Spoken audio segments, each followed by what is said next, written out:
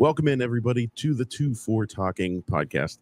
I'm your host, Corey Tusick. I have Josh Yohe with The Athletic and comedian Joe Bartnick here, and we're going to talk about some more summer programming. There's a little news that we want to get into. Well, not news, that's the main problem. But we will talk today a little bit about NHL. The Athletic threw out a fan poll, and we're going to roll through that and see, suggestions, changes to the rules. I think we're going to have some interesting thoughts on the rules part of it. So there's a lot of that to get into. We'll also actually get to your emails. I have 3 of them queued up here we're going to get into. And then, but to get started, guys, I'm not getting nervous. I swear I'm not. But Sidney Crosby still has not signed a contract. So we're how many days away? 9 days away from his birthday. If it doesn't happen in 9 days, I'm going to be really sweating. But yeah, I'll let you take it away, Josh. Well, yeah, that was the first thing I was going to say, Corey. I believe he'll be the birthday boy in 9 days on August 7th. I don't know for sure that they're going to announce his contract on that day. It certainly seems likely. If I were placing odds, that would be the day that we will most likely hear something. And yeah, if he doesn't sign it by then, people are going to get a little bit nervous. And I get it, understandably so.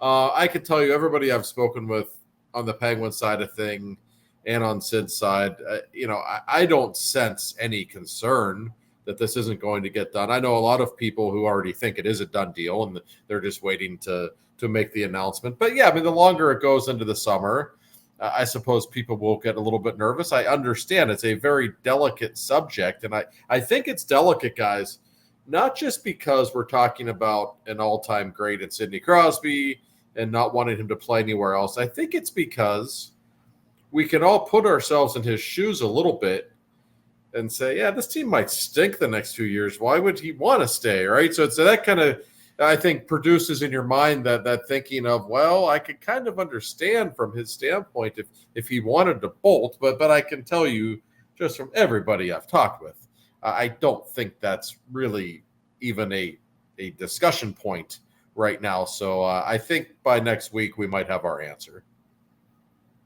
I think 8/7, the date, is a great date to if it doesn't happen that day. Yeah. I think then you maybe start getting worried. I'm just going on hope, and I just think it's going to happen. I have Italian grandmother. I have an Italian mother. Worrying doesn't help anything. So maybe that's why I've led a very reckless, dumb life. But I just don't worry about stuff. I'm going on faith that he's going to sign, and when he doesn't, then I'll worry about it. But until then, I have to. I can't let myself wander into the dark, deep abyss of not having Sidney Crosby. So I'm not going to. Everyone says it's going to happen. I'm going to believe everybody until it doesn't happen. It's just the way it is. Now, but I think, his birthday is always a big day, and if it doesn't happen then maybe it gets a little weird, and then maybe Josh is back on the reporting beat. Yeah, we don't like that in August. That's no fun. No, I do think it will get done. I've talked with so many people. Everybody expects it to be a 3-year contract as well, which makes sense. That would take him to 40. And there are people who think when he's 40 that's his plan to be done.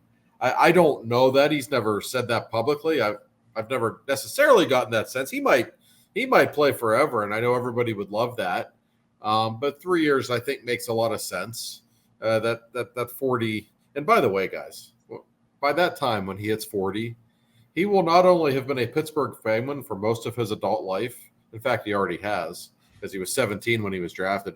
At that point, he will have been the captain of the Pittsburgh Penguins for more than half of his entire life. Think about that. It's incredible how long he's been here, and he just doesn't want to go anywhere. It was kind of funny. I was in Canada with my kids over the weekend, and this guy started talking with me about Sid. He said, "Trust me, Sid's not going anywhere." I said, "Really?" And I asked if he knew him. He said no, but he just knew. So even people who don't know him don't think he's going anywhere, and have convinced me that he's not. So he's not going anywhere. I'd be shocked if he were. And that will certainly be quite a massive story if that would be the case. But I would give it about a 1% chance of happening. So, Joe, you can relax. Ange can relax. Everybody can relax. It's going to be fine.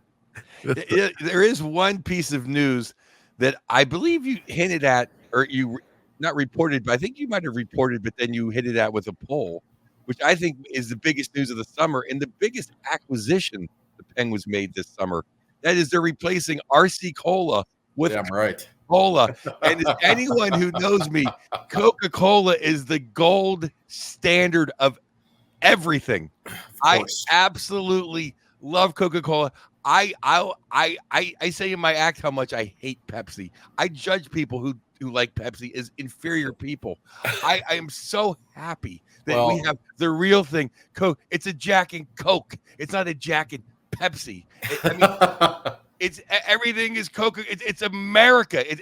More people in the world know the Coca-Cola symbol than the American flag. It's the great, and even better than American Coke, a Mexican Coke is the greatest thing on earth. I mean, I'm so happy. I'm not even against RC because at least it wasn't Pepsi. But now we can have Coca-Cola. We can have nice things again. You know, I don't know what Corey's opinion on this is. We might need a new producer if he's a Pepsi guy. I don't know. Because I have always found Coca-Cola to be so far superior to Pepsi. Like not even close. And Joe, much like you, I kind of give people a look like if people like Pepsi more than Coke, it's very strange to me. And I did a Twitter poll a couple of weeks ago, and in fact, 68% of the people who voted are Coca-Cola people. So that's a pretty big number. I'm not shocked by it. And the RC Cola thing was always really weird. And I can tell you, back when the new arena opened in 2010, RC Cola, just of all companies, RC Cola threw a ridiculous amount of money at the Penguins, like literally twice as much as what Coke or Pepsi offered. And the Penguins were like, "Yeah, that's kind of weird. It's RC Cola, but there's a lot of money, so we're just going to do it." And they were, I think, affiliated with Snapple, and so that's what they did. But I can't tell you how many times in the press box, especially like an overtime game, or it's an 8:00 start. You're a little tired. You could use a little bit of sugar, a little bit of whatever, and you're looking for a drink, and you see Diet RC Cola. I'm like, Jesus, what are we doing here? Like, can you get a Coca-Cola in this building, please? And then the Pirates are Coke now, and for whatever reason, the Steelers, I believe, have shifted to Pepsi, which I don't like. It always looks strange to look up at the scoreboard at Acrisure Stadium and see the big Pepsi logo. I don't care for that at all. We need Coca-Cola at all of our major venues. But, it's like I don't want Avis. I want Hertz. Yes, there's Coke, and then there's exactly. not exactly. I mean, why? I mean, why not just have Faygo as a sponsor? Anything better than Pepsi. I prefer. I mean, there's a lot of soft drinks I like, but Coca-Cola you're right. It's the gold standard. And my favorite soft drink is actually cherry Coke. So I'm going to try to talk with the Penguins to see if we can get some cherry Coke in the press box. I don't know if that's doable or not, but I would be all for it. I mean, I literally ask everywhere. Is it? I'll take a Coke. Is it Coke though? If they're like, yeah, no. Then I have an iced tea. Like I just can't.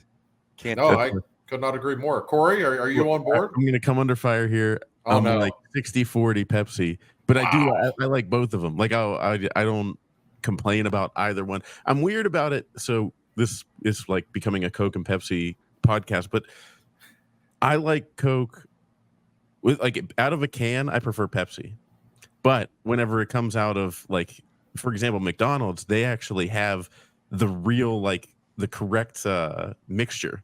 It's like the original mixture. Yeah. Like that's like nothing better than that. So if you're getting it at like a stand out of a fountain, like Coca-Cola is far superior.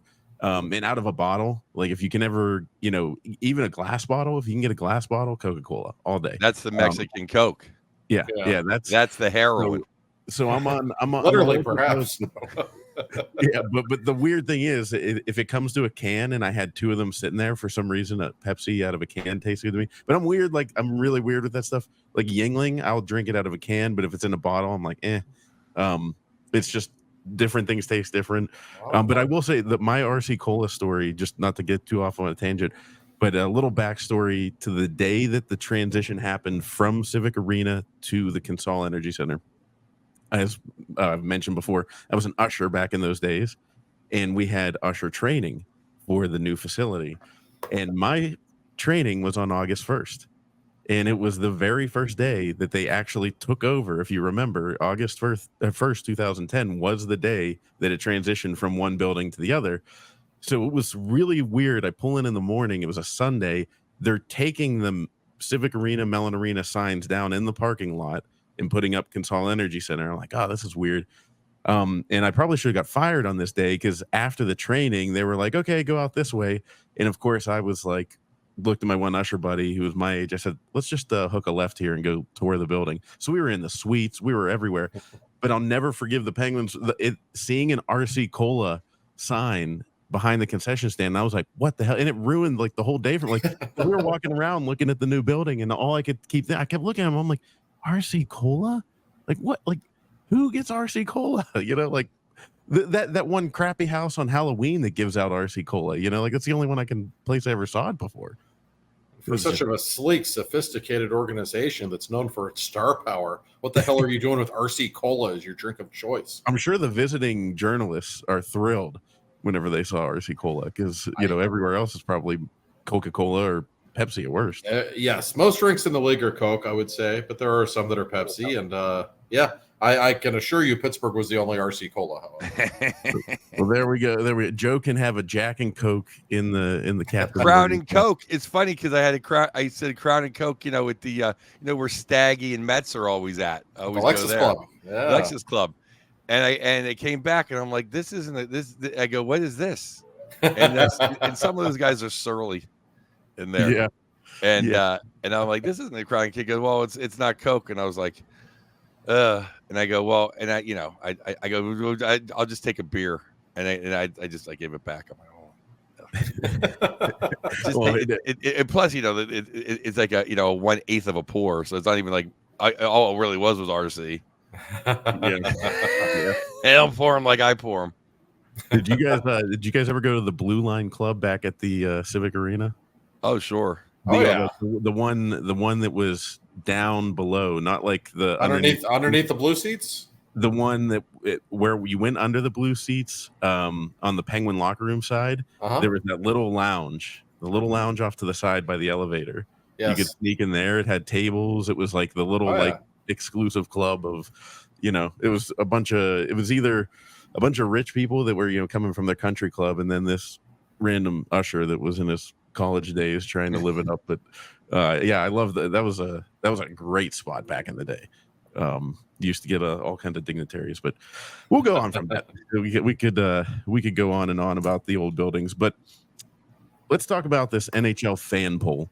So I'm just gonna go through it. I don't think you guys have looked through it yet, so I'm just gonna kind of pick and choose, make sure, you know, weed out. But the first question in this NHL fan poll, you can find it on The Athletic, and it says, "Are you a fan of the NHL's hard salary cap system?" Meaning, you know, keeping the cap the way it is versus a soft cap like the NBA with, you know, luxury tax and, you know, or the major leagues with none at all. So I'll throw it out there. My 2 cents is I love it, but, you know, I have a feeling you guys probably think the same way, but maybe you disagree.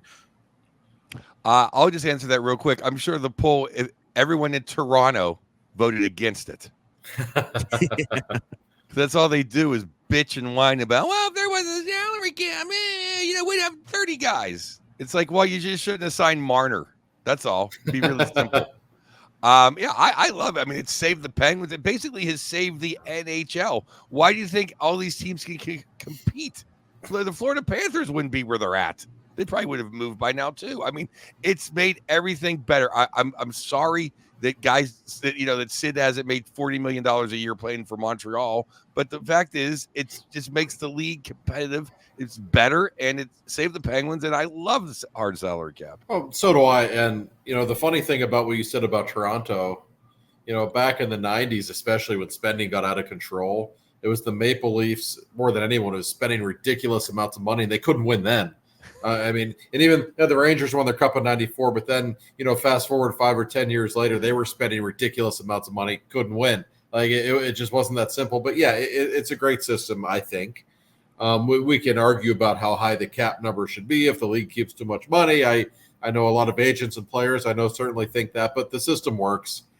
And there's a reason. Well, there's a lot of reasons, but one of the reasons Major League Baseball's popularity has plummeted in this country in the last 30 years is because going into the season, there's only about 5 or 6 teams that are going to have a chance to win the World Series. And you look at the other sports. Look at the NFL model. Kansas City's been the king of the NFL for the last decade. That's a small market city. Anyone can be competitive in that setup. Baseball is such of a joke because of it. So I think hockey absolutely saved itself when the league really held firm and wanted that salary cap. And it's just not only is there more competitive balance, but I just think it's fun for people. We all like going on the cap websites and figuring out how much cap space there is and who's going to make this trade and that trade. And that all goes into it. So no, I don't think any system is perfect, but I think this one certainly works for the NHL. I only 2 things I will add. One is a tweak, and one is just what I love Nick Kyprios, and he makes a great point. He's like, the salary cap makes people in locker rooms feel differently, because before everyone was happy, when everyone made money, and now someone looks at someone making $5 million and like, wow, that's maybe 500,000. I'm not going to get now. So I don't know. I'm not in those locker rooms. Do you feel that tension sometimes, Josh? Then I want to make one more point, and then we can move on. Maybe a little bit. The guys don't talk about it. I mean, they really don't.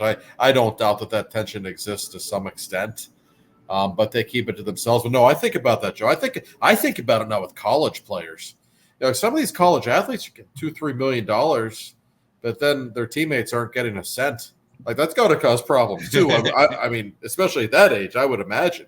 Right, especially like an offensive lineman making nothing. Yeah, go kill that guy. Yeah, right. The only, and I'm not even for this. Because I like this. I'm fine with the system the way it is. If it's not broke, don't fix it. But I could see possibly one day having, like, you can spend extra money on guys that you drafted. Yeah. I'm okay with that. I mean, that's interesting. To keep, so that your Winnipegs and your Calgarys and Columbuses and everywhere where nobody ever wants to play gets to keep some of their guys. But other than, maybe I'm just saying that could possibly. But as far as the system, I think it's perfect. No, it's been a winner for the game. I don't think there's any question. Some of the spending that we were seeing.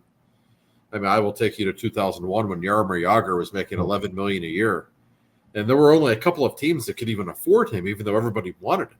You knew he was going to Washington or New York. Those were really the only 2 teams at that time that had the money to even make a reasonable offer. And the Penguins, of course, ended up making one of the worst trades in franchise history. So the game's in a healthier place now, and when you get a couple of star players in the draft, all of a sudden you can build around those players. And you have a chance to keep them, and that's just a better system for everybody. Yeah. And keeping with the salary cap theory, the next question is, should the NHL fix the long-term IR loophole? I mean, Vegas, we see, is famous for it. Everybody uses the WWE meme of what's his name sitting there in the wheelchair with the blanket over his leg, and Mark Stone, regular season, game 1 of the playoffs, whips the blanket off and stands up. Should the NHL fix the loophole in the long-term IR situation where they're manipulating the salary cap? I think they probably should. Now, I am not anti-Vegas, by the way. I actually respect what they do. Like, they're trying to win.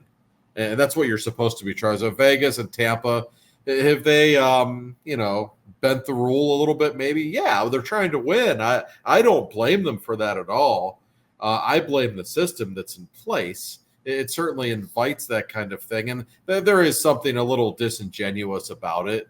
I don't know that there's an easy fix. Maybe you could limit how many players per year you could do that with or whatever. I don't know what the easiest solution is, Joe, but it seems like something that probably could use a tweak. But like I said, I don't blame the teams for taking advantage. You're trying to win the Stanley Cup. Of course, you're going to try to sneak as many people on your roster as you can. Yeah, I mean, it's if you're not cheating, you're not trying. Yeah. Right. And I don't blame the teams at all for finding the loophole. And basically, it's just been extraordinary players that get away with it. Because I mean, Patrick Kane sat out a year, and then he comes back. He's Patrick Kane. Kucherov, Stamkos, or I'm sorry, Cooch. Cooch Yeah. doesn't play a whole year. Comes back. He's the one that I didn't understand was Stone, and no offense to Stone, but I couldn't believe Stone could sit out and come back. That's why I'm like, Stone had to have been practicing for 6 months. Yeah, he's not that kind of talent. Yeah, but how do you fix it? I mean, I guess the easy thing is I don't know. The salary cap is in the postseason as well, so you're either under the cap or you're not. I mean that's certainly one solution that's worth considering. I mean that's the way you do it, I guess. Or you have to play. Some people are like, you have to play the last game to be eligible. But then, what if you get hurt the second to last game? Right. And the league loves this, by the way, because they know it fires up fans and it becomes a talking point. They love the attention that this brings on. So I don't suspect that it will change, although anything is possible. It doesn't it? I'm sorry, Josh. Doesn't it? It has to be like collectively bargained, right? It can't even change just like they change it. It has to. Right. We're still a few years off. Yeah, I mean listen. We all know when teams are doing it. Vegas is not the least bit subtle, and neither is Tampa.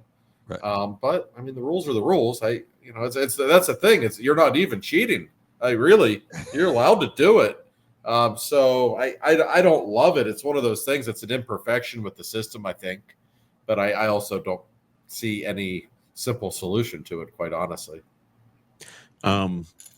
Now, getting on to, I'm going to kind of brush over, but we could talk about it for a little bit. They had a couple questions about the Four Nations face-off, none of which were how absurd is it that Russia's not a part of it. And Czechoslovakia. Yeah. I mean, how do you whittle it down to those four countries? I think this is like the stupidest. The whole tournament's stupid. And I could understand them doing something like this if they weren't participating in the Olympics 12 months later. But since they are, that's the real tournament. This is just a made-up tournament with only 4 teams. And you're right. Listen, I understand what's going on in the world. I get it. But is it really a valid hockey tournament if Russia's not involved? I think that's a legitimate question that we need to consider. The Czech Republic is a great hockey nation. We're just not going to involve them. The whole thing's asinine as far as I'm concerned. I can't. Of course, I'm going to watch every second of it. Me too. I can't stand it. Why is Gino and Ovi and Vasilevsky and every hockey fan in the world punished for whatever Russia's doing? Or and who even knows whatever side, whatever's going on over there? Who even knows? Who even really cares? I want to see the best hockey. It's ludicrous to me. It's another way for Canada to try to prop themselves up because they don't want to have to play Russia. They don't want to have to play, Czechoslovakia or whatever they're called now. I mean that's literally, to me, it's just Canada once again running scared. Yeah. No, I mean, and they do have an enormous amount of control. When it comes to these tournaments. Absolutely they do. Of course they do. And to me, it invalidates the tournament when you're not including those other powerful countries. And we're not talking about Germany or some. We're talking about, 2 of the most important hockey nations that there are. So I don't get it. I don't like it. Of course, I will watch it. Hell, I might go cover it. I don't know. It's not that it won't be great hockey. It will be. But to me, the Olympics a year later in Italy are just that's the big deal, right? When we think about Sidney Crosby's international career, I don't think we immediately think of the World Cup of Hockey in 2016 when he led Team Canada to victory. We think about the Olympics in 2010 and 2014. That's the tournament. I don't know why this one needs to exist other than to make money. And we are being, it's maybe the last chance to have Sid versus Gino or Sid versus Ovi. Yes, we're losing. We're losing that. Right, and Yager could probably play for Czechoslovakia. He probably could. That would be great. He probably could, but no, you feel for Malkin and Ovechkin to some extent here, I think, because this probably almost certainly will be their last run of international play in the next year or two. And it just, I mean, they've never won the big one in international play. Canada has always been in their way. You'd love to see them get one more shot at them just for the sake of drama, if nothing less, wouldn't you? 1,000. It really makes me sick, and I've gone on enough. A lot. I mean, this is mild compared to when it first came out. My rant. It's just ludicrous. It's ludicrous. Like the 7 best goalies in the world will not be in this tournament. Oh, it was what's even better is the Canadians that then say, "Well, look, Russia doesn't have any defensemen." Yeah, they only have 15 Hall of Fame forwards and 5 Hall of Fame goaltenders. Right. You know, me and you could play defense on that team. Well, Canada doesn't have any goalies, so we'll call it even. Yeah.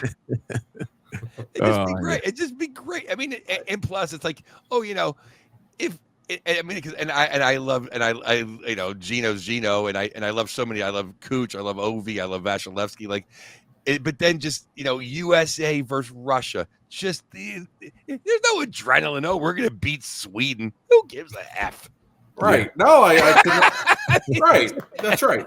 I want the Russians on American soil. That's, you know, I was born in 1980. Yes, there's something special about that. And I bet Russia does too. Oh, they absolutely want to. Oh, but no. Oh, there's a big rivalry versus Sweden. Get out of here. I know. Yeah.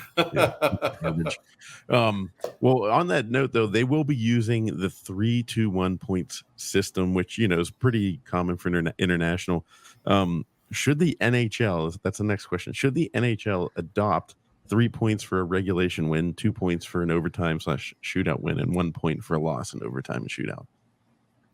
I would be okay with it. The more time elapses, the more I kind of like the idea of it. I really hate, Joe, especially games in March and April when you got 2 playoff teams playing each other and it's tied at 2 in the third period. You know, they're just going to dump it in at the red line and get to overtime. I don't like that. I don't think it's good for the game at all. I think we worry too much about the history of the game and, well, this will change, you know, the all-time standings, blah, blah. Who cares? Like, I would like to at least experiment with it for a season and see how it changes things, see if it makes third periods more entertaining. It's not something that keeps me up at night. I don't care that much one way or the other, but I wouldn't have a problem with it. Oh, I don't have a problem with it at all, and I kind of like it, but it still kind of doesn't solve your issues and my issues exactly with that. I'd almost want to go more dramatic and just like nobody gets any points for a tie. I'm fine with that. And it's like, so everyone's got to go for it. Win or loss, like a win-loss column. Well, I guess that. No, well, yeah, but you don't get anything for a. You don't deduct points for. I don't know. Just how about no points for an overtime loss? Like, why give teams a loser points? That's what I mean. Just something that you don't get. You don't get anything for overtime. You'll see Gino back checking on the 3-on-3 then if you're not getting a point at all. I mean, that's maybe you hope. No, I mean, I've never been a huge fan of the loser point. I just, for one thing, it screws up the standings, and you get teams like the Islanders in playoff contention every year because of it. I don't know. I don't think it helps the product, and I don't know. It's very interesting with the overtime rules in general. You guys will recall 15 years ago, every time there was a shootout, it was must-see TV. Then people got kind of sick of shootouts, and now we don't really see them anymore just because 3-on-3, it's so hard to defend for 5 minutes without giving up a goal. So I'm not a huge fan of 3-on-3. I actually enjoyed the 4-on-4 overtime. I thought that was like actually hockey, whereas 3-on-3 has gotten a little gimmicky, and so does shootouts. So I don't know. It's not the biggest problem facing the NHL, but I wouldn't mind them tinkering with some things. That's actually the next point is what's 3-on-3 overtime. Any rule changes you guys would go with there? I'm intrigued by. I like watching that 3-on-3. Kind of invented by the Pittsburgh guys, the Summer Hockey League. The 3-on-3 is kind of interesting. Yeah, that's EJ Jr. It's Eddie Johnson's kid. Yep, it's fun to watch actually. Yeah, absolutely. They have some different rules. They got to bring it out again, or you got to shoot like a shot clock. Not even gimmicky. I don't know. I know this is a bad podcast. I don't know what to do. I just really want to put the onus on you got to score and you got to win.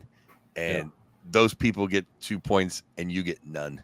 And I just think that I would just like to see maybe 4-on-4 and you play until you're you have to score. It can last an hour or maybe there's no line changes. Maybe that's it. 4-on-4, no line changes. 2, you get 2 points for a win. You get none for a loss. And you know what you'll see then? You'll see more teams going for it when it's 5 minutes left in regulation. Everything would just be more like you got to win because you don't want to have to then send Sid and Gino out for an eternity in overtime. No, I that's just think right. it ramps the stages up. I would just, it just seems like nowadays they keep dragging it out. When teams started to figure out 3-on-3, it became less entertaining. Phil Kessel was one of the first guys who did it, actually. He was one of the first guys that I recall just take the puck and skate back to the neutral zone, skate back to his own zone, let some fresh teammates get on the ice. It's a smart tactic, but it's not an entertaining one. I kind of missed the days of the first couple of years on 3-on-3 when it was just, as the great Doc Emmerich would say, chaos, like, 2-on-1s back and forth, breakaways back. Like, that was fun. Now it's just guys skating backwards and waiting until the other team gets tired. I don't really want to watch that. I don't think it adds to the entertainment value at all for the game. So I'd like to see them tinker with it. Like I said, I actually enjoyed the 4-on-4 overtimes. I thought that was, an actual version of hockey, perhaps. But it's still more entertaining than it was. I would just say, I'm not a big fan of the loser point, Joe. I think we agree. Well, why reward teams for stinking in 3-on-3 overtime? I don't get it. And it really, and then when you see the fishermen, they have 15 loser points in 7 less losses or more losses than everybody else. It's kind of I think you go. Good. I'd love to see that extreme example of going literally. Then, if you don't have ties anymore and you're playing to a win, then you just have a win-loss record, just like baseball, just like football. And I think you kind of nailed the answer, Joe. I think 4-on-4 in overtime, so that it does produce more offense. But you just play. You play till somebody wins. I know the players would complain, but don't we all love when it goes to the playoffs? We love the long overtime. It's so exciting. Overtime is so exciting in the playoffs, and there's a reason. Right. So I think we should. I think they should do that, but something needs done because it's just terrible at this point. Which reminds me, by the way, before we move on, of all the rules I hate in sports right now, one thing I really hate is how they've shortened NFL overtimes. So there's actually a lot of ties now. I'm sorry. I know you get tired. You play once a week. If you have to play an extra 5 or 10 minutes, it's going to be all right. And that. Speaking of the Pirates yesterday I hate the MLB starting a run on second base and extra innings. It's so stupid. Me too. Me too. And they make the major leagues is making the NHL look like a functional organization. They are just declining, and we always thought maybe one day that the NHL will be the top 3 in the major sports, and we thought it would be because they surged, but I think the major leagues might just decline past the NHL into irrelevance. But so the other question, another question posed, it's about expansion. It says NHL expansion could be on the horizon in the future. Would you be okay with the league expanding? We're at 32 teams, which feels like a lot because it feels like there's a little bit of a thinner talent pool out there. I don't see it going that way. I didn't actually even know that was really a topic of conversation. Is that something that's being thrown around, Josh, that you've heard? People always ask about it because there are certain cities that really want a team, namely Houston and Quebec City, Atlanta. There's been a real push again. Phoenix. The Suns owner wants back in. The Suns owner, he still wanted to deal with Morello. I think 32 is a pretty high number already. I don't know that I would be in favor of any more teams than that. That's just my own personal opinion. I don't doubt that it would be financially successful, but you don't want the talent pool to get too diluted, and I think you probably risk having that happen. I think the number they're at now is fine. I don't think it's going to happen anytime soon. I think it's still years away. At some point in the next decade, will there be expansion? Probably. I mean, historically speaking, that's the way they do it. But I don't have the urge to see any more teams right now. I don't know about you guys, but I think this is plenty. I think in the next 5 years, they're going to be 36 teams. It's possible because they make money. I mean, the teams themselves make money, but the big thing is those owners love dividing up a $2 billion entrance fee. Yeah. Oh, yes, they do. And I get it. I understand that. I do. I mean, yeah.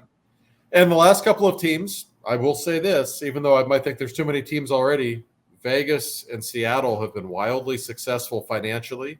Vegas has already won a cup. Seattle competitive right away. They are both success stories. We could not deny that they are. Let's face it, if Coach Q wasn't banned and they had him instead of Hackstall, Seattle might have had a cup by now. Maybe. Welcome back. Another big thing this summer. Welcome back, Coach Q. We love you. I love him. And Stan the Man Bowman. He's employed again. Yeah. Everybody's back. Everyone's back in the party. The thing is too is like I like to bring the numbers up. Get Atlanta in here. Get Houston in here. Get Phoenix back. My big complaint or beef would be I do not want to see the playoffs any different. Yeah. I don't care if your team hasn't seen. We made everything to playoffs. I got my 5 cups, but it's like that's it. 4 rounds of 7. The 60-day war. That's it. 4 rounds of 7. Agree. It's the most perfect playoff system there is. Personally, I prefer the 1 versus 8, 2 versus 7. Absolutely. But yes, we cannot have additional rounds. You're right. The beauty of the NHL and of hockey is those 2 months in the spring when we're watching those 4 rounds. It doesn't get any better than that. Do not tinker with perfection. I could not agree more. I mean, the TV tweaked a little bit because the every other day, no matter what, was the ultimate roller coaster. If you win, you're nervous about can we win? You're still nervous, and when you lose, you're going to jump off a bridge. It's it's every other day. Yeah, even when you win, we're up 2-0 in a series. Oh God, if we blow this, it's really bad now. And the tension never stops. No, it's. And that's why I always tell people when they get franchises, or like I have a lot of Seattle friends and a lot of other different cities. Like I go, what? And then they're hooked. Once a team, and we know this, once a team in a city goes through a playoff run, whether they win the cup or not, but just that playoff, if they win one round and they taste what playoff hockey is, it's over. And then you're sitting around doing a podcast. Yeah, that's right. You're hooked for life. That's just the way it is. Yeah. And I always try to stress to people, I'm like, okay, it's the playoffs. If you think the Penguins are going to win in 6 games, that means that they will lose twice. Right. You do need that logic. You need that logic. When they lose, you're like, God, it's like, what did we think we were going to sweep the Red Wings in 2009? And like they lose game 1, and I'm like, it's over. That's right. Done. Well, the other thing, it's like the regular season is literally just it's like a workout. You're prepping yourself for the playoffs mentally. Yeah. Sure. I love. I mean, if they could get, you guys have seen, I've worn my Nordique shirt on here. If they could bring back the Quebec Nordiques, I've talked about it before. I just happened to buy their jersey the summer before they left, so I wore it like all year playing deck hockey. Then they become the Avalanche, and I love that jersey. All-time great jersey, I think. And they have a brand new building that they built in 2015, I think. A mayor ran just on the platform of I will build a building with public money, which is usually not popular. I can tell you, Corey, I actually covered the first ever hockey game played in that building. It was an exhibition game between the Penguins and the Habs in 2015. Oh, yeah, that's right. And I have been to probably 50 NHL buildings over the years. A lot of them are new now, and I've been to the old ones. That's the best hockey building I've ever seen in my life. That place in Quebec City is unbelievable. And it's a great talent, too. Problem with Quebec City is it's a small city, and the Canadian dollar keeps getting worse every day. So I don't know if it's ever going to happen, but that building is spectacular.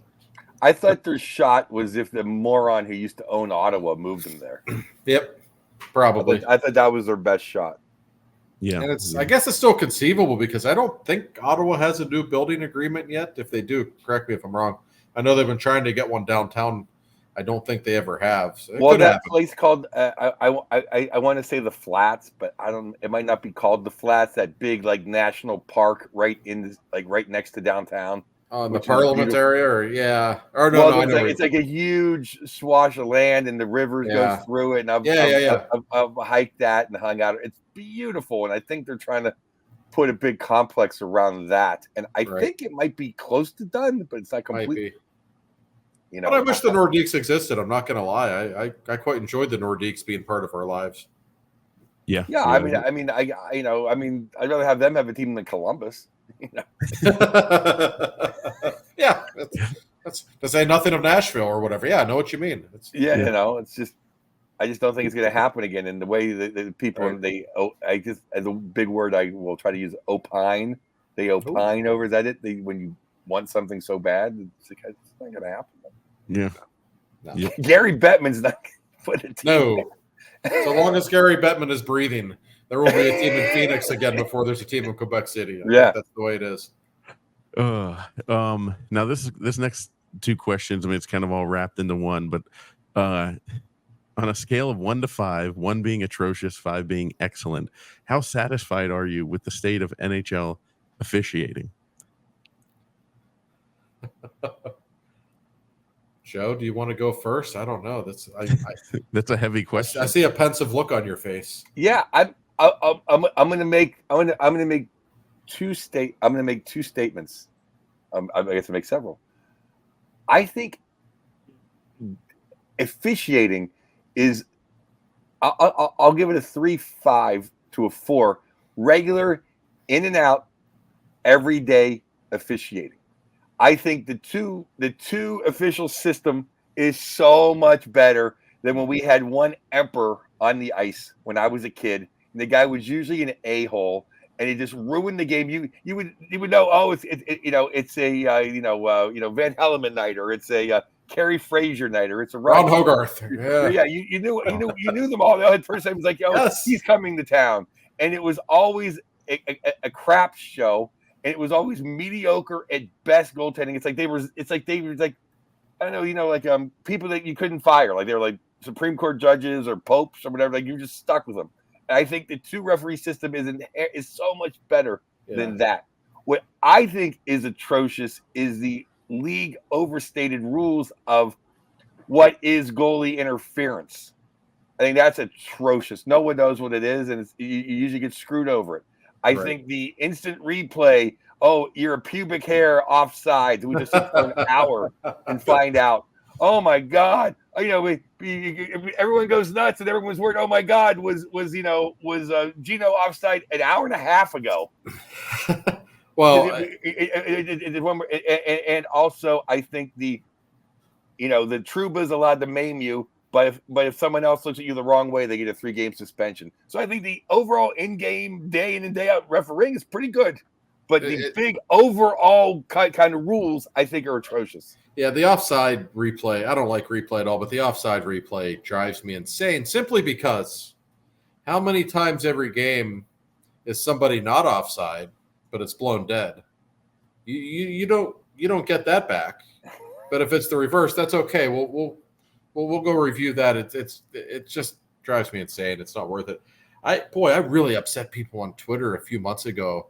Everyone was going nuts about the officiating in hockey, and I said, listen, I know it's frustrating. It's not always great, but I remember watching hockey in the 80s and 90s. That's when it was really bad because there really were personal vendettas between referees and teams back then, and the referees had so much power. I mean, it was completely out of control at times. You don't really see that as much anymore. My big issue with NHL refs is their tendency to ref the score, I like to call it. We all know when a team's down 3-0, they're getting the next power play, stuff like that. I told a story about a decade ago. Penguins were winning, I think, 5-1 in the third period of a game.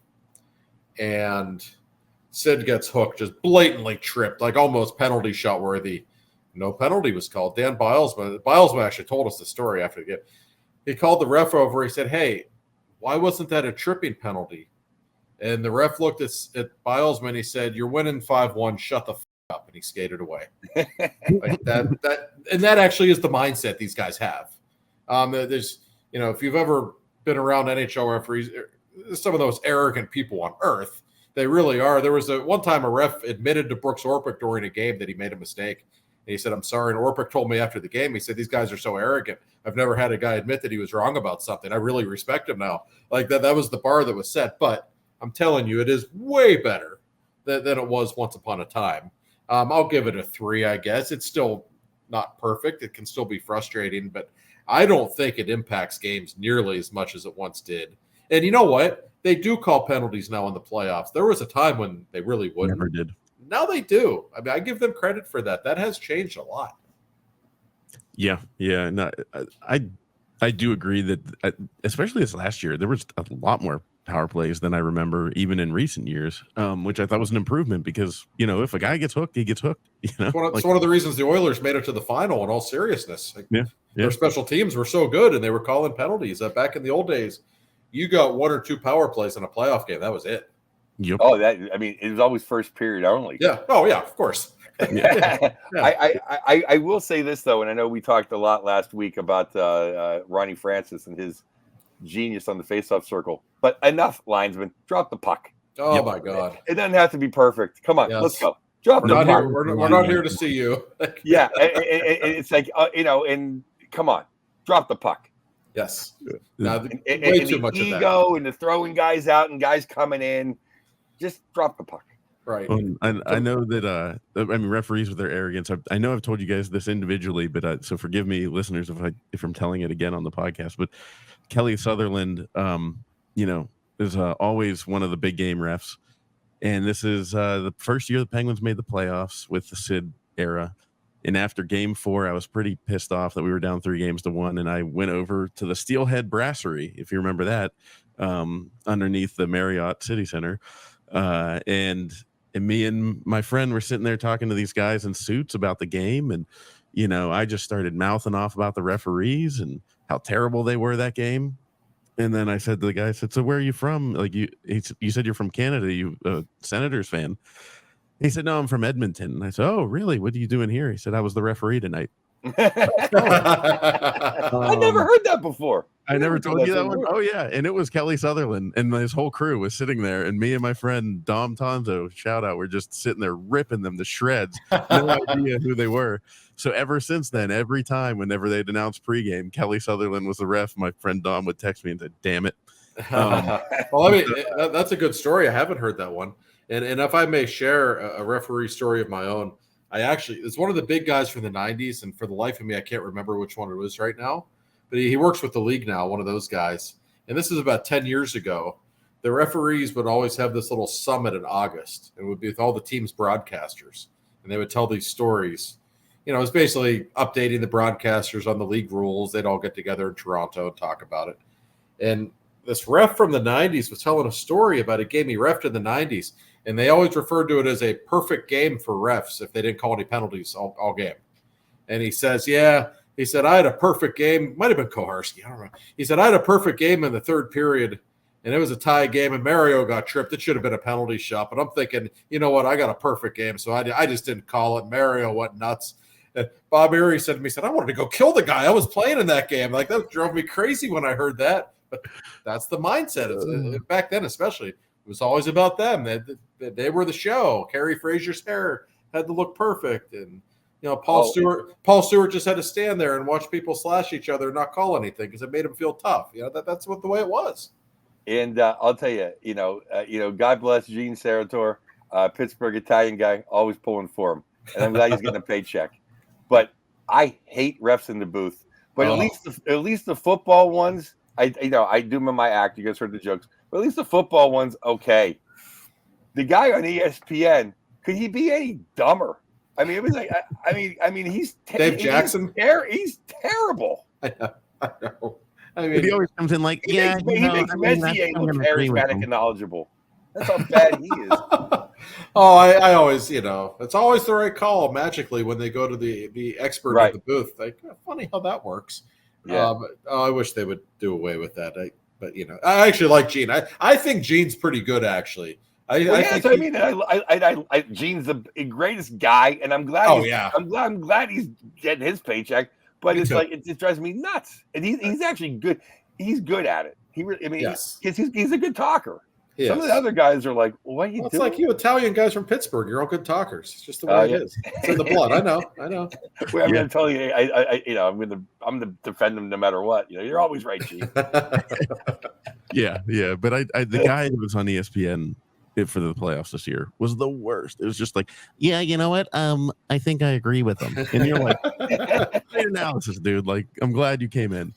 Oh my God. Well, that'll do it for that list. We're going to take a quick break here and we'll come back. And the Athletic also did. Sean Gentile did a combined work with I forget who else it was, but Mike Russo, I believe. Yeah. Yes, yeah, Mike Russo. They did a ranking of the best teams of the salary cap era. And we'll get into that. We'll go 10 through 1, so you guys can check that out on the second segment of Two for Talking. Welcome back to Two for Talking. And Sean Gentile, is it Gentile or Gentili? Gentili and Mike Russo at The Athletic. They combined, they made a top teams ranking of the salary cap era in 2024. Here's how it works. You get winning the Stanley Cup gets you 11 points. Losing the Stanley Cup final gets you 5 points. Losing in the conference final gets you 3, and making the playoffs gets you 1. So we will start with number 10. I just want to get your guys' typical reactions, because obviously this isn't really bias or anything, but right. Here's so 2 teams tied at 10. The Golden Knights and Carolina Hurricanes, which I think says something about the Golden Knights, because they weren't even they've been around for how many years in the salary cap era? Yeah, it's been about 7 years, right? Yeah. Wow. But they've had tons of they've a Stanley Cup obvious, and then they won a Stanley Cup and they've been in the finals. That's where a lot of their points come from. But I mean, the Carolina Hurricanes, would you put them on the same level? I mean, they do have 1 cup win, and that's probably the only reason that they got up that high. And that was the first of the salary cap era, if you can really even count that. Yeah, and it was not a all-time great Stanley Cup team, that's for sure. But hey, they still won it. They're a very steady franchise. And remember, there's a lot of bad franchises in this league, so to crack the top 10 doesn't, make you the greatest franchise in the history of Western civilization. But no, I mean, Carolina is always solid. And they do have that cup. And you mentioned Vegas. Listen, Vegas is the greatest expansion team ever. What they have done, did they have a lot of advantages from the league? Yes. But that doesn't mean they didn't do the job. That they have built a factory of good hockey team year after year there, and they deserve a lot of credit. Yeah. And the surprising to me, number 9 on the list was the Washington Capitals. If you're going to end up with the all-time, I think, going to break Gretzky's record for most goals, and you only end up number 9 out of all the teams, but you can't argue with the fact that they had playoff-only years, 14 of them, and 1 Stanley Cup win. Didn't even make it to the conference. Other than that Stanley Cup win, I mean, I think this goes more to, where does Ovi's legacy stand if they don't have 2018?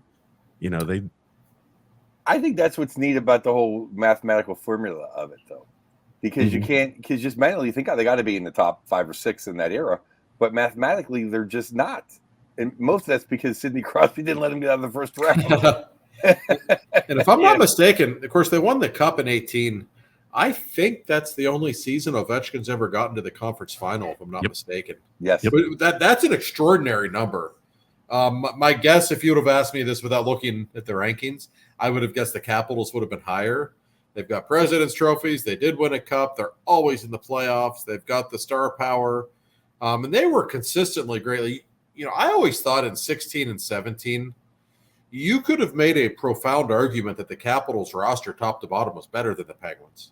I just think you can make the argument. I'm not saying it was, but they were right there. I just always felt like it was in the Penguins' DNA to beat them.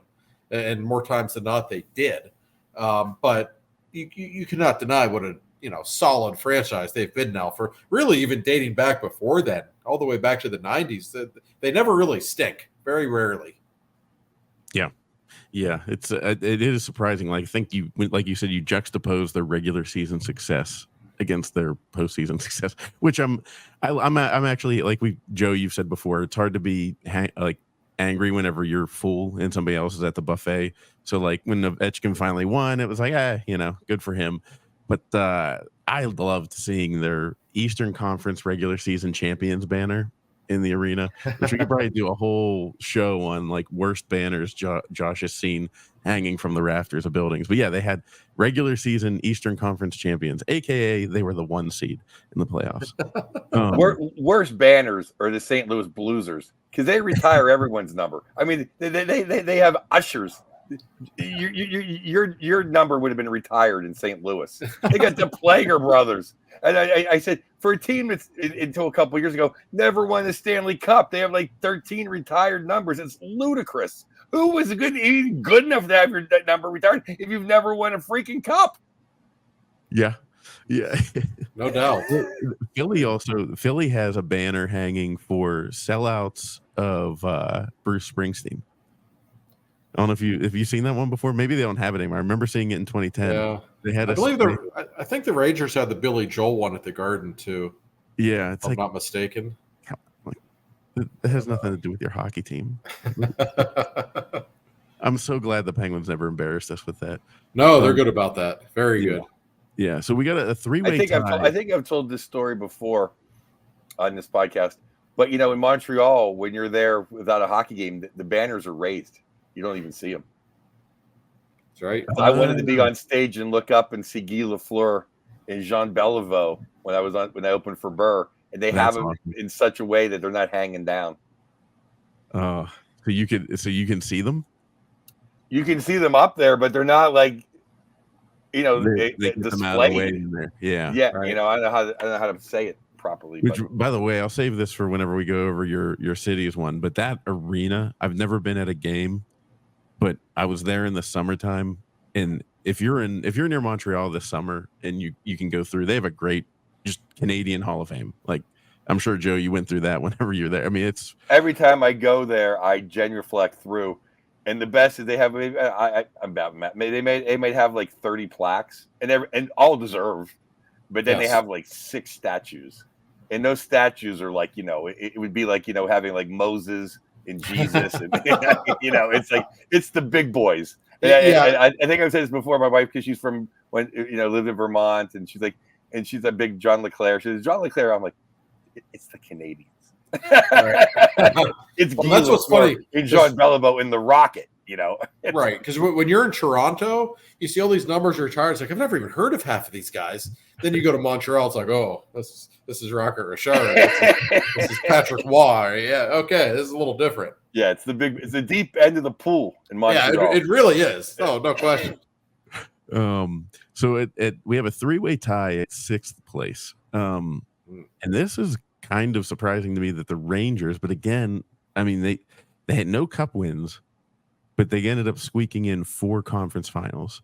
So that is really where they come in. They obviously lost 1 cup final, but it was the Rangers, the Red Wings, which 08 and 09 is probably what puts them in there, and then the Duckies, which the Ducks, how many conference finals did they have? They had Getzlaf and Perry had a really good run there for a long time. They just couldn't get over the hump, except for the one time they took Nashville too lightly in a game 6, which I'll never forget because I was scared. I didn't think the Penguins could beat the Ducks, to be honest with you, because they're a mean physical team, and that was that was in 2017, and we were on fumes. And I don't know if Sid and Gino could have got through Kessler, who's a prick, and Getzlaf, who's just like Superman. That would have been interesting. I mean, the only good news was John Gibson doesn't like playing against his hometown team very much. But the Duckies, they've fallen off now, obviously, but they were a good team for a long time. Yes. And it goes to prove how awful Detroit has been recently. Not awful, but just not getting points in this little scoreboard because they were dominant for the first half of this and great, And then the Rangers, they bounced back after writing a letter saying we're going to stink. It took them, 8 months to become good, Yeah. No, they did. And listen, they've been very good for the last few years. Yeah. You wonder if their window is starting to close a little bit. They better win one soon if they're going to. That team's older than people think. But no, I mean, it's an interesting list when you look at those 3 because Detroit, if we were talking in 2013, Detroit would have been number 1 on this list.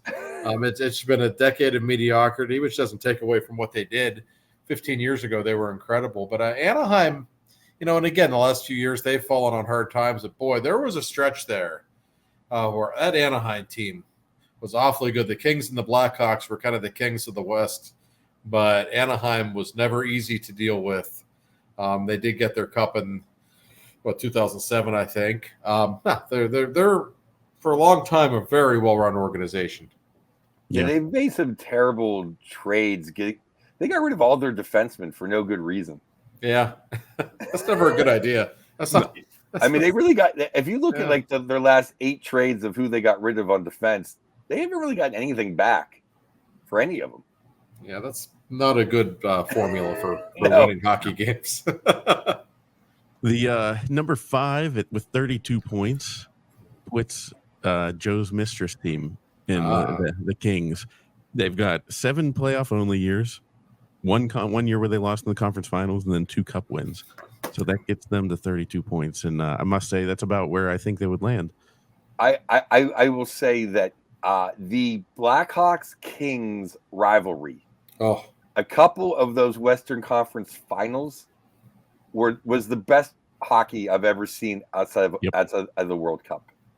That was Hall of Famers. That was big boys playing with bad intentions in big cities. I thought it was incredible. And I think it was 2014. Yeah, 13, 14, 15, like that era. In 14, the Kings won, I think, at 7 against the Blackhawks. Yeah. Was it overtime game 7? Mm-hmm. That was one of the best series. That was a series where Brandon Saad came into it. So it was unbelievable for the Blackhawks. That was unbelievable hockey. Yes. It really was. Yeah. Yes. And then the Kings, they kind of the blueprint that our organization should do. They just stunk for like 2 years, and now they're back. Now, are they back where they could be? No, because they traded for Puke. But then they got rid of him. But they kept a couple guys. They kept Anže and Doughty. We talked about them extensively last summer programming, but they're right there again. I would have guessed they'd be even higher on this list if you just asked me. To be honest, they are so consistently good. They got the 2 cups. And those cup teams just played at such of a high level. I mean, I know you have to play at a high level to win the cup. Those were great hockey teams. They really were. So, no, that's certainly listen, Wayne Gretzky gets all the credit for hockey being a big deal in Southern California, but I think winning Stanley Cups makes hockey a big deal in cities more than anything. And every time I'm in a Kings game in LA, like the Kings matter in that town now. And there was a time, and you know better than I do, Joe, you live in LA. But there was a time when I think nobody really cares. Dodgers, Lakers, whatever. That's a pretty good hockey town now, is it not? 1,000%. The Kings are a solid number 3. Yeah. I mean, it's the Lakers and the Dodgers. Sure. I mean, but it's like it's like saying the Penguins are going to pass the Steelers. They're not. Right. But they're the solid number 2. Yes. Like that's their number 2. They're never not going to be number 2. Like they're inbred is number 2 now. The Kings are number 3. No one's knocking them out. And the NFL is never going to be bigger than the Kings to everybody down here. Because there'll be the Rams. There'll be the Raiders are still the number 1 football team in Los Angeles. Yeah, I believe it. If not USC. Right. But the Kings are they have a huge culture down here. Latinos love the Kings. Yeah, they're big hockey fans, and a lot of people don't like Staples Center. I love Staples Center for hockey. I think there's not a bad seat in the place. I love it, the Kings are just right there. Oh, I was going to say this. I love the fact. Besides, I was here. I did 2 more Stanley Cup parades I got to attend to. That my daughter didn't have to almost die at one of them. That I was just so happy for them that now they have their own memories, and now all their big franchise memories aren't with Gretzky in them. I know, because it was just so like Gretzky's an Oiler. Like right. It's right. Just the same way I was so happy for the Giants, who are still probably my favorite baseball team. Sorry, Pirates, even though I work for you guys. Because everything was Willie Mays, and Willie Mays was a New York Giant. Like, and his, it's like his clips are him playing stickball in New York City. Right. And then when they won without him, it was like, okay, like now we're our own. We're not the New York Giants. Now we're the SF Giants. So I'm just happy for the Kings. The Kings are just great. They're great fans. They're not stupid fans. Which a lot of these. Well, I guess you know what the thing is too. They came in with us. They're from '67. They're not a new team. No. And my son's first game, Penguin game, was at the Staples Center, and I love the Staples Center. It's a great place to watch hockey. It is. It's not a bad seat in the house, and the fans, like you said, Joe. I mean, it's a good fan base. They know their stuff. And there's just enough celebrity to make it really fun. It's not like it's not an abundance where like because the fans are real fans. Like Will Ferrell loves. He's into it, yeah. Yeah, and when he gets fired up, it's awesome. I remember they showed Will Ferrell on the screen, and like he was in his Kings jersey, and then they did the thing where then they like cut to a Penguins fan and back to him, and he's going like boo, everybody's like he's giving the thumbs down.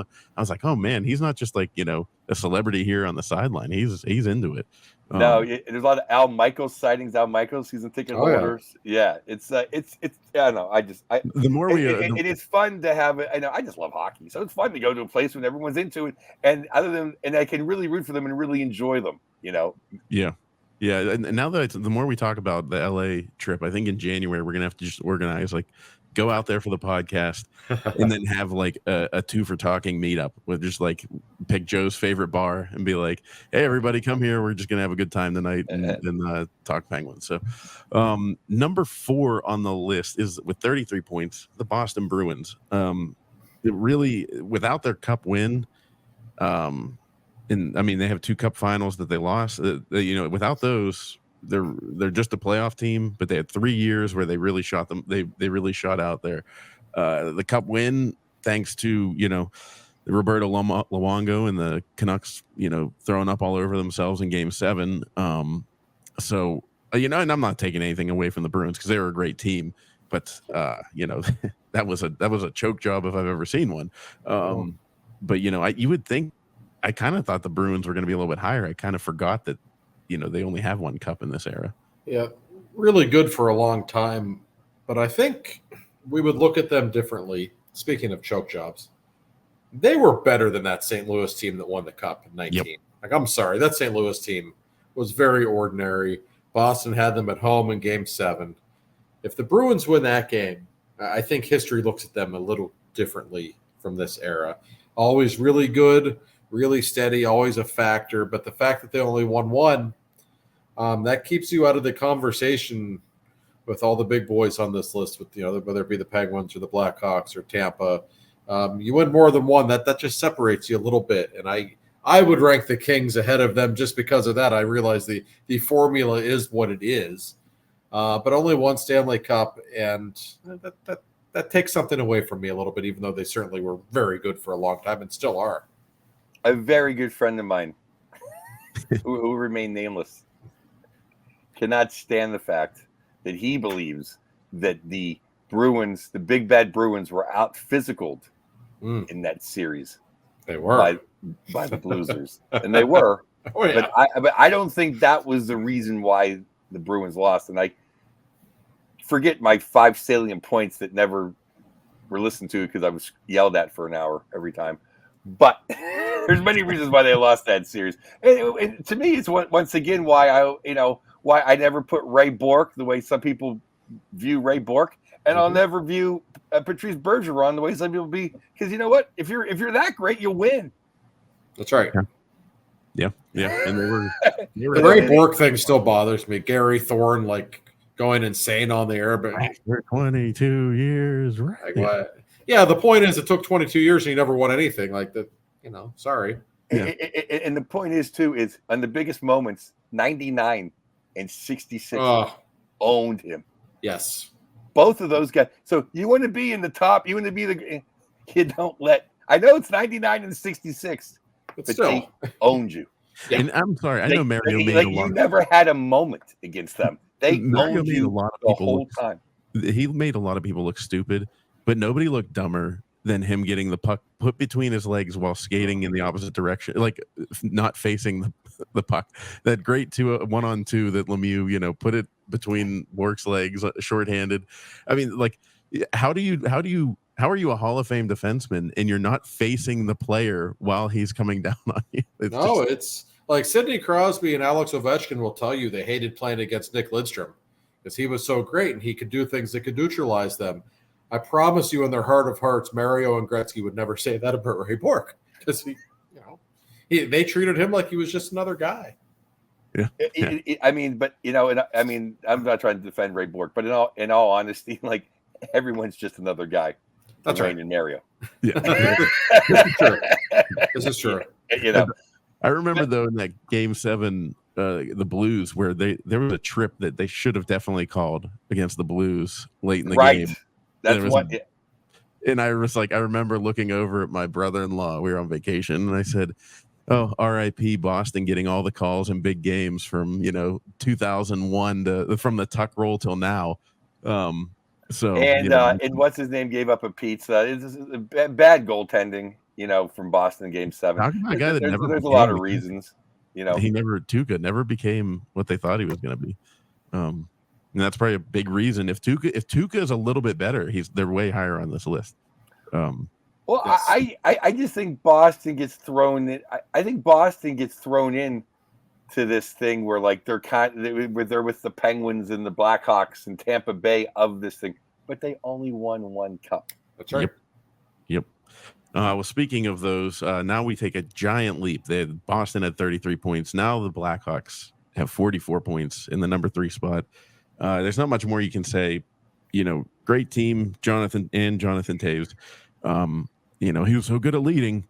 I can't get over Jonathan Taves, but yeah, I mean, a great team, and they were a lot of fun to watch. I think we even talked about in that top 100 thing, Duncan Keith, but he was good for this handful of years. Sure, he was.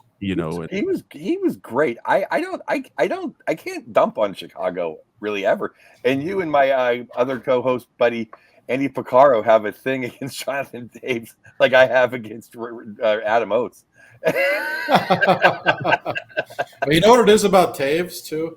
I think so many people for so long have been amused by the fact that people would try to compare him to Crosby or whatever, which was ridiculous. But we've now, years later, I think almost forgotten about how good he was. Like he was a great player for a time. He was clutch. There's no question. Oh, yeah. Was he one of the best 100 players in the history of the sport? No, he was not. But he was in those playoff years great. There's no question. Yeah, he capped an incredible team to 3 Stanley Cups as the number 1 center. You can never take that away from him. And and Patrick Kane, for my money, the greatest American hockey player of all time. Sorry, and I love Chelios and I love JR, but they're all behind Patrick Kane. No, and don't forget about our friend Marian Hossa, who is one of the best 2-way players ever. And they weren't the Blackhawks until he came around. That you get a star power, star of that magnitude, it changes things. Oh, he's an incredible hockey. And the other, I mean, that team was so good. Buff was like their Phil Bourque. Like he played offense, defense, and then they let him go. Right, just letting Buff go because you have too many guys. Then they just kept winning anyway. I mean, they were, for that 6-year span, they were extraordinary. And I will say one thing, Penguins fans won't like me saying this, but in the head-to-head matchups, and there weren't many because the Penguins and Blackhawks don't play very often, the Blackhawks gave them fits. The Penguins did not like playing against that Chicago team during that stretch. No, it was terrible. We lost embarrassed by them. Yeah, there were some ugly losses for the outdoor game. Of course, they got annihilated in 2014. But there were some bad losses for the Penguins. They did not like playing against those Hawks. The Kings didn't bother them. A lot of those teams high on the list didn't bother them. That one did a little bit. And it's a shame, by the way, that we never got to see a Penguins-Blackhawk final. And that Why do you think, though, Josh? I mean, was it because I think Chicago had, 3 really good defensemen? You think that's it? Probably. I mean, the sample size is so small, it's hard to say. My memory of those games is simply Patrick Kane just going crazy against the Penguins. He always had big nights against them. And I think the Blackhawks were, they were a little deeper. I think the Penguins had the edge in star power. I would still take prime Crosby and prime Malkin over any of those guys on Chicago, even though they were great. But, they were a deep team. I think they were more physical than people remember. But it just felt kind of strange that the Penguins had that much trouble with that team. Right. Well, I will say this. You guys know I'm a Geno guy. And on his best day, he's better than everybody of this generation. But we all know he has his off days. Yes. Mm-hmm. I think Patrick Kane is the 3rd best player of this generation, and I put Geno 4th. And that's with all my Geno paraphernalia. Okay. I just think Patrick Kane. Man, no question, best American player. I don't think there's any doubt, and he's still really good. Yeah, I'm not trying to knock you. I'm just saying, like Patrick. I mean, he was the best player on 3 Stanley Cups. And in the big moments, he was the guy scoring. I mean, he was so great in big games. He and look how many guys look what he did with Breadman. Yeah, yeah. You know, I mean, he kind of changed the way, you know, how Bobby Orr changed defensemen. Like now wings set up stuff. Like he played center. He was a wing that like was kind of like the center. No, absolutely was. He was great. Yeah. And number 2 on this list would be at 47 points, the Tampa Bay Lightning. And my only beef, and I'm not being a hater, I just across the board think that all the bubble championships from the COVID year don't really count in my mind. Like I actually said ahead of the whole thing starting, you know, when people were getting excited, maybe the Penguins are going to win the cup. I was like, I kind of don't want to win this cup because it just doesn't feel real to me. Like it didn't feel. It should have just been canceled or something. I don't know. No, I agree. And it's taking nothing away from Tampa. They certainly validated things when they won it again the next year, and then got to the final the year after that. That was impressive. I was actually really glad for them that they did that, because if they didn't, then people would discount that cup. But the fact is, it wasn't a real tournament, and they played a team in the final that shouldn't have even been in the playoffs. And I know for a fact a lot of players didn't want to be involved in that tournament in the first place for a myriad of reasons. And so, yeah, that always, to me, had a bit of an asterisk beside it. Nothing against them.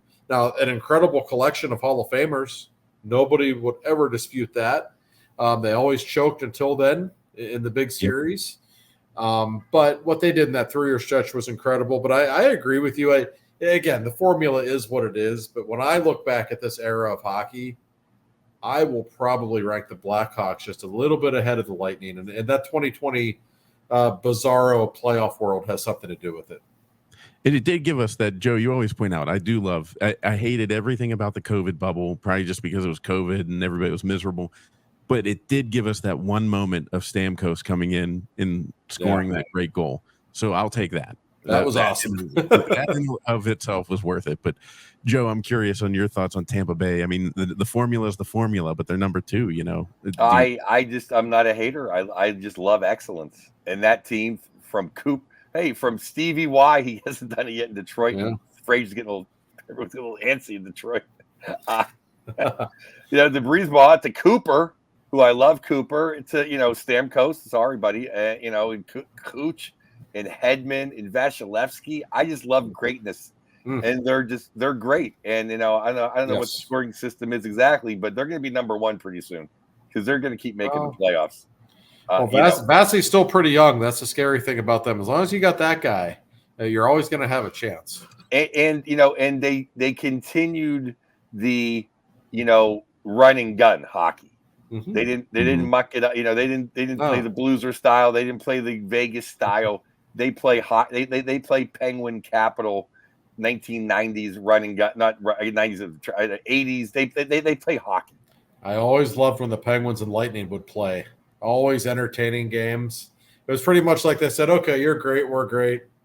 We're not going to play too much defense. Let's just go out and play hockey the way it's meant to be played. I always, especially in Tampa, it's always a 5-4 or a 6-5 final. It's always good stuff. Chino revs it up against the Lightning, too. Does he ever? Some of his best goals against the Lightning. Yes. Go ahead, Josh. Oh, no, all the credit in the world. But when you look at just pure star power and the Hall of Famers that they've had, Stamkos, Kucherov, Hedman, John Cooper, Vasilevsky. These are all Hall of Famers. Braden Point. Great player. Underrated. Best bumper player. I know some people think it's Vinny Trocheck. Vinny Trocheck couldn't carry Point jockey crap. Sorry, Vinny. I know you're a Pittsburgh Italian kid, but I mean, Braden Point is incredible. They're another team. Look at the great players that have left there over the years just because they couldn't keep everybody. I mean, no, they were doing something right for a long time, and they remain pretty formidable. Yeah, and when Vasilevsky came in, I didn't know much about him when Ben Bishop got hurt. And, Ben Bishop gets hurt in the 2016 conference finals. I'm like, sweet, number 2 goaltender. And then I'm like, oh, my God, this guy might be a Hall of Famer. This was a mistake. Can we get Ben Bishop back in there? Yeah, he was the only reason that series went 7, because he was pretty exceptional from the very beginning. Yeah. Vasilevsky is so good. I've learned how to spell his name. I actually can too, and it's not. It took me a while. You're right. No, it's not even how you would think. I mean, every time I got to look at it, I can't say it like because the I, the L, the I. There's a Y there. Yeah, it's tough. Well, with no further ado, at the top of this list, 5 points ahead of anybody else, with 52 total, it would be your Pittsburgh Penguins. They're going to be there for a while based on this formula.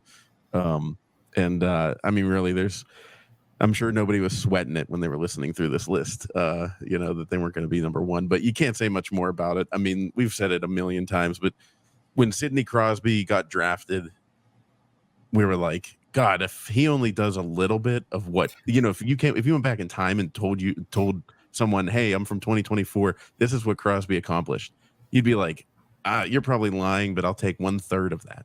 I'll take a cup, I'll take another appearance, like some MVPs, like I'll take that. Really, it is kind of cool to know in the salary cap era, there's no team that's been better than the Penguins. It's basically Sid's award with Gino. Sid and Gino should be on the award, like whatever this trophy would be. It's those two guys. And I don't think it's said enough, but we don't need to sit here. And everyone listening to this knows what great people they are. But I mean, could they be any better people, Sid and Gino? That just makes it really extraordinary, with all the hype that they're that good of people. No, it's something that you can't ignore. And when you add it all up, nobody won more than their 3 cups. Nobody had more than their 4 Stanley Cup final appearances in this era. They had the playoff streak that went almost 2 decades. Just a lengthy amount of excellence. The Blackhawks and the Kings, they all had their run, but it didn't last nearly as long as the Penguins. And then you consider the Penguins just had unquestionably the best player, and who also was, as Joe alluded to, the best person and the easiest person to root for, I think, for anyone. So you put it all together, this has been the golden era of Penguins hockey. And what they did, I always say Crosby was the most hyped hockey player in the history of the sport, probably. And he literally lived up to it and then some. And that's an extraordinary thing, because the hype that he received was different. And to actually live up to it and maybe even exceed it on and off the ice, Penguins fans the last 20 years have been spoiled beyond words. Absolutely. I'm going to go off that for 2 points. One is, now even people in Philadelphia begrudgingly say Sid's a great player, and they accept the fact that he owns them. Like, they really do. They and then 2, it's become almost like the in thing in Pittsburgh. It seems like, to kind of not bash the Penguins, but just kind of be down on them. And this, and just remember how in the salary cap era, they're the best franchise. That's right. Yep. So, all good things come to an end at some point, but like enough whining everybody, enough this, enough that. It's like the Penguins are number 1 the last 20 years. That's right. Your colleagues pointed this out at the header of the article, but they're not going anywhere on this list anytime soon. Like, they would have to, Tampa or Chicago would have to win a Stanley Cup to do it, and really neither of them are primed to do it. So we're talking for a couple of years. Even if the Penguins don't make the playoffs, they'd probably still be ranked number 1. Like, that's... Yeah, I mean, listen, like 100 years from now, people are going to look at things differently and they'll break things down. But when you look back at the first 25 years of this century, the Penguins were the team. It'll always be. Even we consider Mario's comeback year in the 2000-2001 season, starting with that, and then a couple of off years, and then almost 20 years of brilliance. They will be the team that will be remembered more than any other in that quarter of a century. See, Penguins fans, we have nothing to bitch and complain about. And now we have Coca-Cola back. Yes. No, seriously, that's the cherry on top. It really is. Yeah. Well, before we go, I've got a couple emails, but I'm just going to go to one because I promised for weeks that we were going to get to a fan email.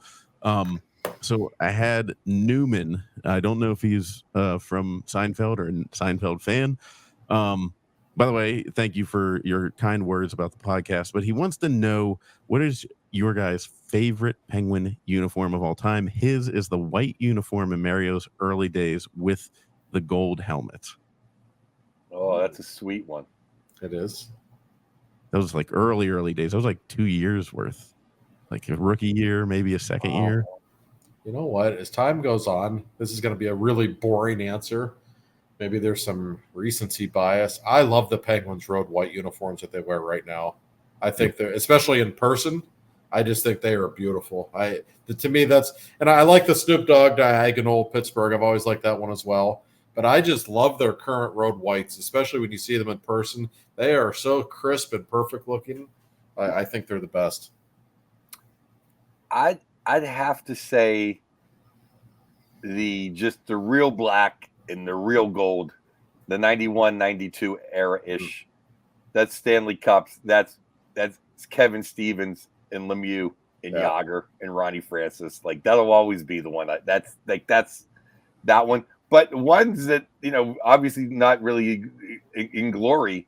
In the mid-70s, the really dark blue with the black kind of lettering and outlining. Like, if that would have been their uniform forever, I'd be into that. I think that was a great. I'm not a fan of. I'm not the powder blue. I'm not. I don't even like it as like a whatever, like ironic. Where I always say, like, I was a Penguin fan when they didn't wear powder blue ironically. Never been a big powder blue guy, but that dark blue, like the deep blue sea with the black letter, like the black, and I thought that's all right. Oh yeah, jersey. No, I like that one a lot too. They've had a lot of great jerseys over the years, really. Yeah. As long as they never go back to that executive penguin, or what you call it, the effeminate penguin. I call it the effeminate pigeon. Yeah. Oh yeah. I hated that one. Oh, I always hated it. When they brought it back for that reverse retro, whatever, that I know the NHL just mandates that they use, but I'm like, please, like, anytime I see the Penguins change it to the Robo Penguin, I'm like, get it off. It just makes me think of the spring of 1993. We don't need to think about that. No. That jersey really represents like the downfall of the Lemieux era. Like, it was everything was going great. Why did we change it? Right. You can't tell me otherwise. I'm convinced if we kept the jerseys the same, we beat the Islanders and then win the Stanley Cup over Wayne Gretzky, and everybody finally accepts Lemieux. You're going to have to take that up with Howard Baldwin. That was ultimately his decision. I believe it was financially geared, if I'm not mistaken. Yeah. The original money grab. The original NHL money grab. Yeah. Awesome. All right. Well, guys, hey, this was great. As usual, it doesn't take long to fill up an entire podcast. So we'll get to the other stuff. We'll talk Josh's article and talk about favorite places to go in his travel guide for you Yinzers out there that are going to go see the Penguins on the road. We'll talk about that next week. But big interviews coming too. Big interviews coming. August. Yes, we do. August is going to be interview month. That's right. Yeah. Interview month. Yes, excellent. So, all right, guys, if you want to email the show, we do get to your questions. So the number 2 for talking podcast @gmail.com, and we will talk to you guys next week.